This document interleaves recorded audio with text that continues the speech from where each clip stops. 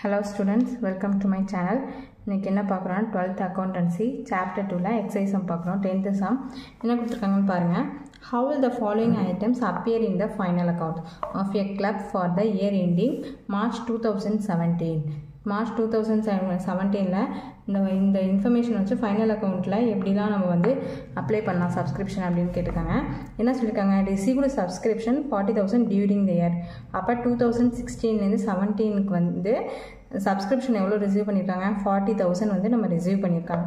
Next this include subscription for 5,000 வந்து 2015லேயும் 2016, அதாவது last year வந்து எவ்வளோ ரிசீவ் பண்ணியிருக்காங்கன்னா 5,000 ரிசீவ் பண்ணியிருக்காங்க.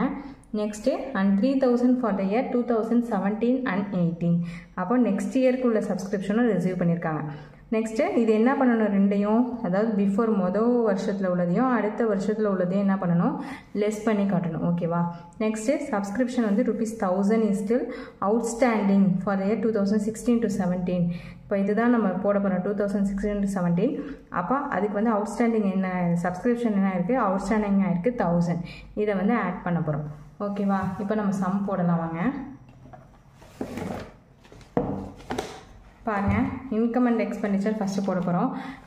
என்ன பண்ணுங்கள், இந்த கார்னரில் டேட்டா, இந்த கார்னரில் கிரெடிட்டார் அப்படின்னு சொல்லிட்டு நீங்கள் வந்து எழுதிக்கங்க. Next income and expenditure for the year ending எப்போ போட போகிறோம், 31/3/2017 போட போகிறோம்.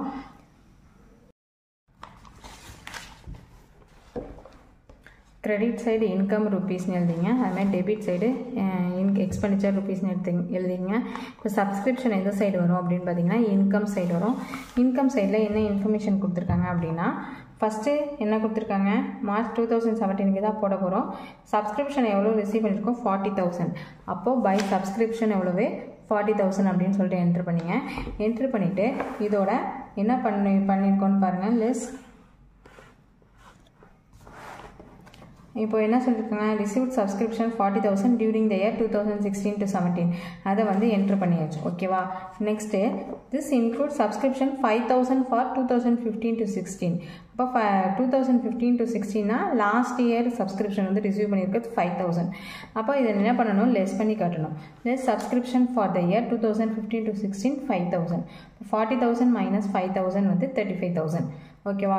நெக்ஸ்ட் என்ன கொடுத்துருக்காங்க அப்படின்னு பாருங்கள், ₹3,000 ஃபார் த இயர் 2017 to 18. அப்போது நெக்ஸ்ட் இயருக்கு உள்ளதை முன்னாடியே அட்வான்ஸாக ரிசீவ் பண்ணியிருக்காங்க. இப்போ 2017 to 18 உள்ளதை லெஸ் பண்ணிக்கிறோம் 3,000. ஓகேவா. 35,000 மைனஸ் 3,000 32,000 வரும்.